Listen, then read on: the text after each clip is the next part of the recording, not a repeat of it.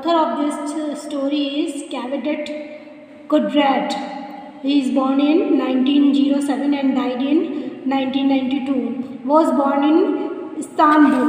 अब जो इस्तांबुल है ये टर्की में. He worked as a teacher of literature at various high schools in Ankara. अब वो जो कैवेडेट कुद्रत थे वो एक लिटरेचर के टीचर थे और वो वेरियस स्कूल में काम करते थे as a teacher. He is known for his collection of poems और उनको उनके पोएम्स के कलेक्शन के लिए बहुत अच्छी तरह से जाना जाता था. द फर्स्ट एक्ट और उनका जो फर्स्ट एक्ट था प्ले था वो था द वुल्व्स और उनकी जो नॉवल थी वो थी कॉमरेड्स. अब students let's we read about the story. So Darshan Agha the sole breadwinner of a poor Turkish family passes away.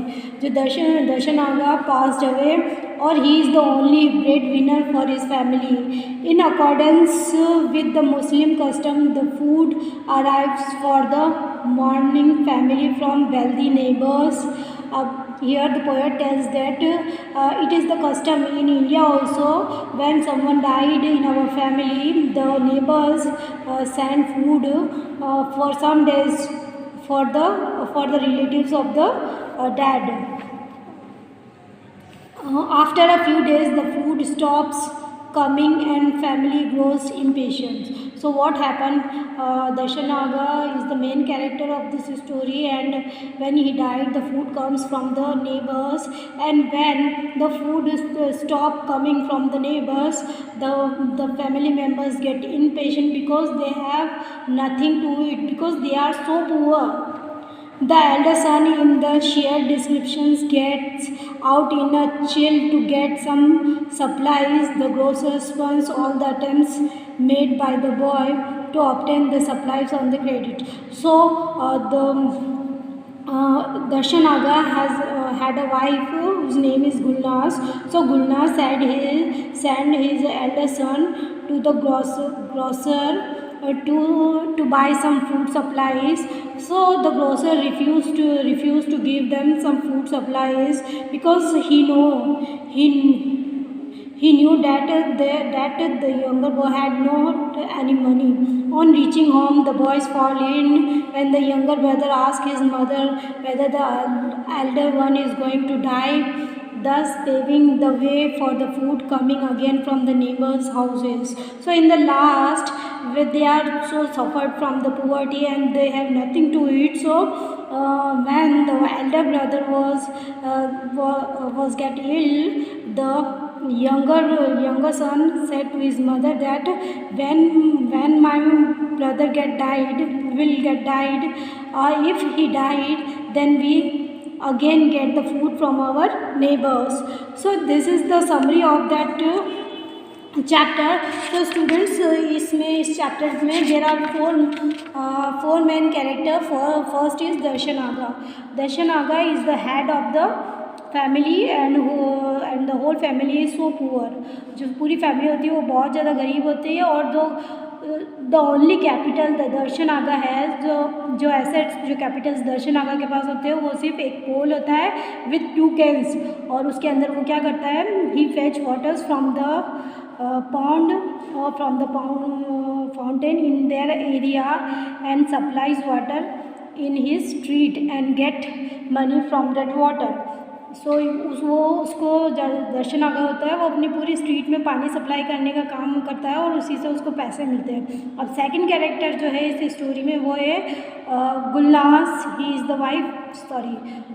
Is the wife of Darshan Agha. और जो गुलनाज होती है वो दर्शन आगा की वाइफ होती है और वो भी कहीं ना कहीं अपने हस्बैंड की हेल्प करती है अपने घर को चलाने के लिए. और वो उसका जो वर्क होता है उसको कभी कभी क्लोथ्स को वॉश करने के लिए कुछ काम आ जाता है तो वो कर लेती है और थोड़ी बहुत वो हेल्प भी करती है चीटिंग करके कि वो पानी ज़्यादा यूज़ करती है जिससे कि उसके हस्बैंड को ज़्यादा पानी लाना पड़े और वो जितना ज़्यादा पानी लाएगा उतने ज़्यादा उसको पैसे मिलेंगे. तो एक दिन क्या होता है, जो दर्शन आगा होता है वो he fell down from the eyes and got died और वो मर जाता है. वो एक स्लिप कर जाता है आइस पे जो हार्ड आइज़ होती है, क्योंकि जो टर्की में जो वहाँ का जो एटमॉस्फेयर होता है, जो क्लाइमेट होता है वो बहुत कोल्ड होता है, तो वो वहाँ पे फिसल के उसकी डेथ हो जाती है।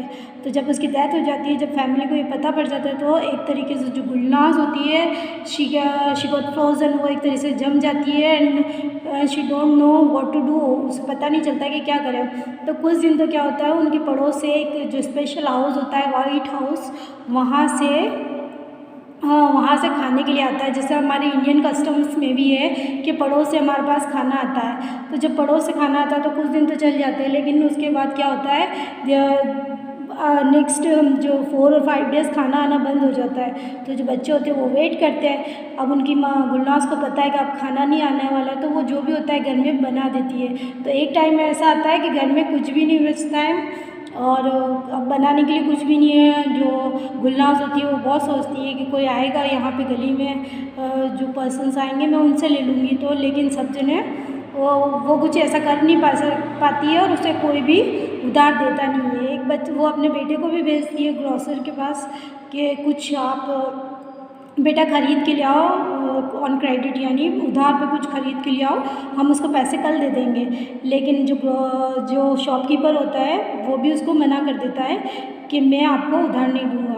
तो जब ये बातें होती है तो वो बच्चा जब ऐसी ठंड में आता है तो वो बीमार हो जाता है, उसे बहुत ज़्यादा, क्योंकि वो बहुत ही ज़्यादा इतने दिनों से 2-3 दिन से वो भूखा है, सही खाना नहीं मिला है, तो वो उसकी एनर्जी इतनी वर्क नहीं करती है, तो वो बीमार हो जाता है। जब वो बीमार हो जाता है तो जो गुलनाज होती है उसको कवर करती है, जो भी क्लोथ्स होते हैं उनके घर से, और वो सोचती है कि मेरे पास कुछ कपड़े या बर्तन हैं तो मैं इनको सुबह बेच के आ जाऊँगी और उससे अपने बच्चों को खाना दूँगी। लेकिन जो रात होती है वो बहुत ज़्यादा हो जाती है, बच्चा भी बहुत ज़्यादा बीमार हो जाता है, बुखार आ जाता है उसको बहुत। तो जब उसका छोटा बेटा होता है वो गुलनाज के पास आता है और वो बोलता है कि मम्मी भैया क्या मर गए हैं क्या।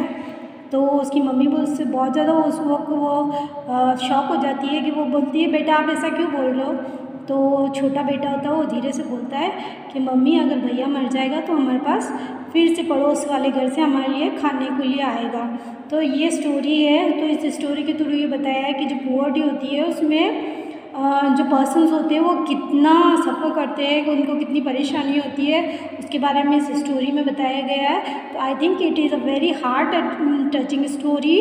So that's all for today. Have a nice day and your homework is that you have to read this chapter very carefully. So that's all for today.